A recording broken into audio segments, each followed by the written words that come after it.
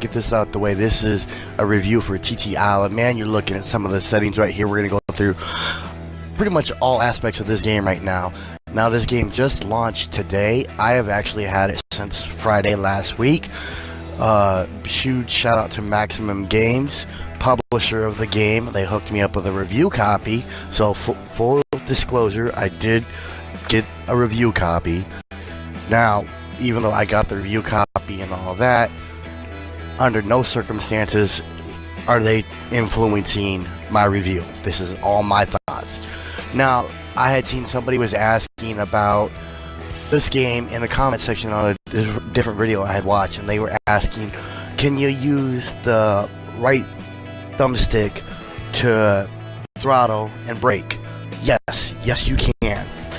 As I just showed you on the screen, you got those different controller layouts. Type A is where you throttle with the right joystick and then you steer with the left joystick, and then type B, and of course you can customize it too right there, but type B is with the steering of the left stick, right stick is rotating the camera. At first I didn't know that myself until I started looking into it, and I was kind of mad because like you can't rotate the camera around.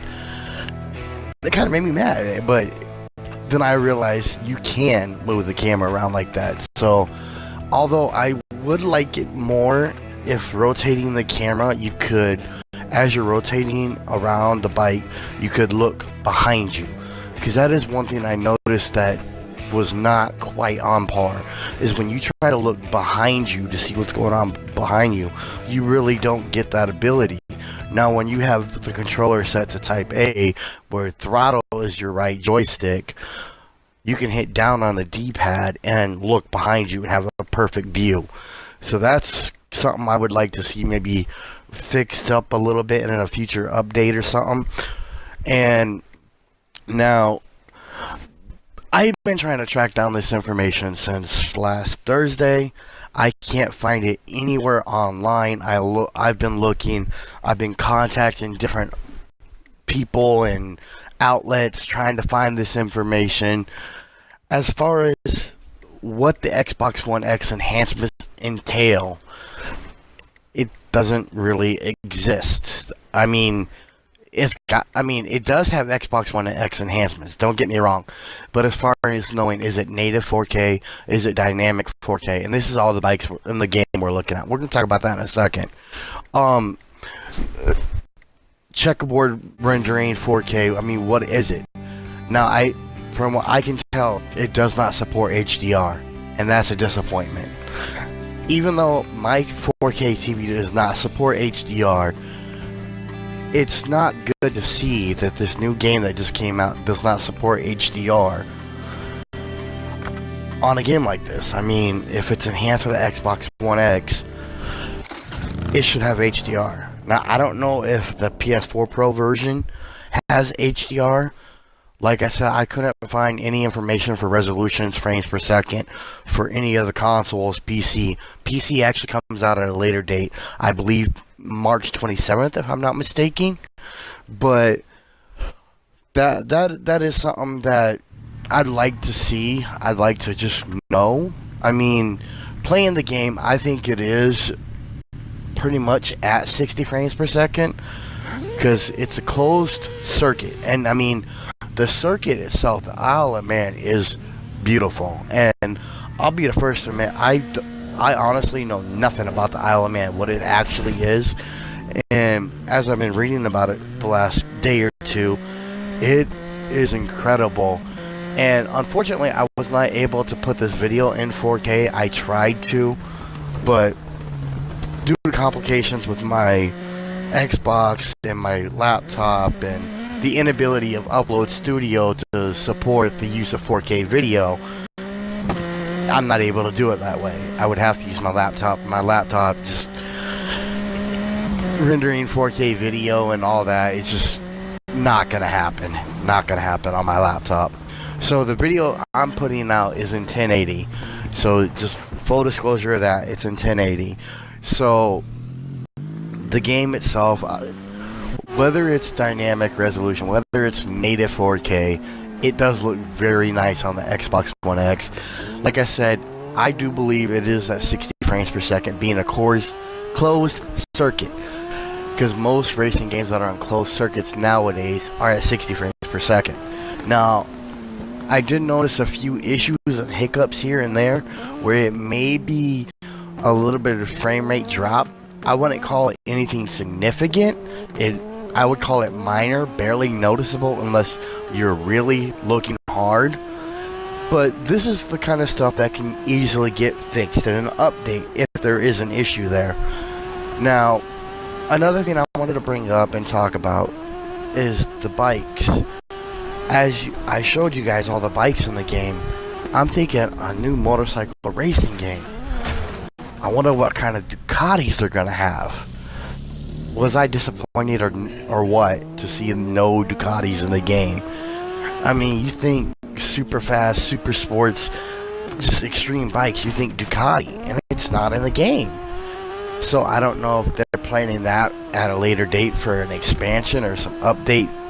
Hopefully not DLC. I mean, if they are going to do paid DLC for the game, which I have no idea if they are or not, I hope that it is some incredible DLC and not just the typical extra track or two, couple new bikes, similar to what some of the other racing games do with car packs and whatnot. I would hope they don't go that route.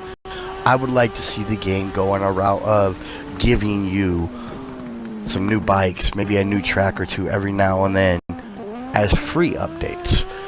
Because the thing about it is in any game, when you split between paid DLC to free DLC, when you have that paid, you'll have some players that get it, you'll have players that won't get it, and then if you put like Ducatis in the game and you put them as DLC, you're going to create some issues in the game, because some of the Ducatis can be extremely fast and could give an unfair advantage to the people that bought the DLC compared to the people that just got the standard game.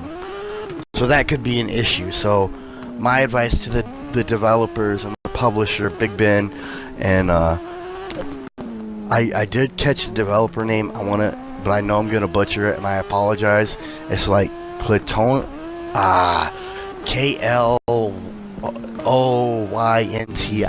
something like that. Forgive me, I apologize. But this is right here the start where you're customizing your character. As you can see, it lets you customize your name. I did True Racer. You do a nickname. It doesn't have predetermined nicknames. You actually get to pick your own nickname. So I chose Speed Demon. I just thought that was kind of cool. And with the driver suit right there, I'm just calling it a driver suit. I don't know what you'd want, what the official term is.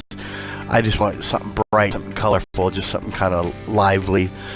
So there's all that to think of. But overall, when we get to the conclusion of this video, we're going to talk about, is it a bike game? Is it a miss it game? What is it? I mean, and of course the number rating. We'll get to that in just a moment. But something else that you need to consider, this is not a game that a race is 1, 2 laps, 4, 5, 7, 8 minutes. These races can get to be quite long, more of an endurance type situation. So if it's going to be a game that you're going to, I mean, if you got the time to play and you're really going to sit down and play, you're talking 30, 40 minute laps. And that's just from the little bit that I played. It could be even longer if you have more laps, etc., etc. So keep that in mind as you get into the game. But overall, I would say if you enjoy racing games and you want something different than your standard car game, and we could talk about any one of those, but if you want something a little bit different and you enjoy the racing games, I say this is a good outlet. It's a good feature. It's a good game. Now, that doesn't mean that I'm saying everybody should buy this game, because it may not be for you. It is classified as a simulation game. However, you're not able to really set your I'm losing my train of thought, my words. but like on most racing games, how you can adjust the steering sensitivity and stuff like that, handlebar sensitivity, you're not able to do it with this game. I don't know what happened there. Hopefully they're gonna do something about that in the update, because it kind of feels arcadish when you do it like that, in my opinion. So I think we should be able to adjust our handlebar sensitivity. You're able to adjust your wheelies and stuff like that, so you can do wheelies or not. I didn't get no footage of it, but you are able to do it once you change your settings up.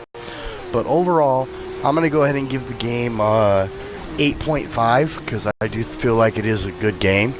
If you guys enjoyed the content, let me know. Drop a like, let the developers know you like what you saw, and feel free to drop a comment. And yeah, I mean, it's a good game. It is a good game. It's just got a few issues that could be improved to make it a little bit better, and I hope for some free updates. Alright, I'm out.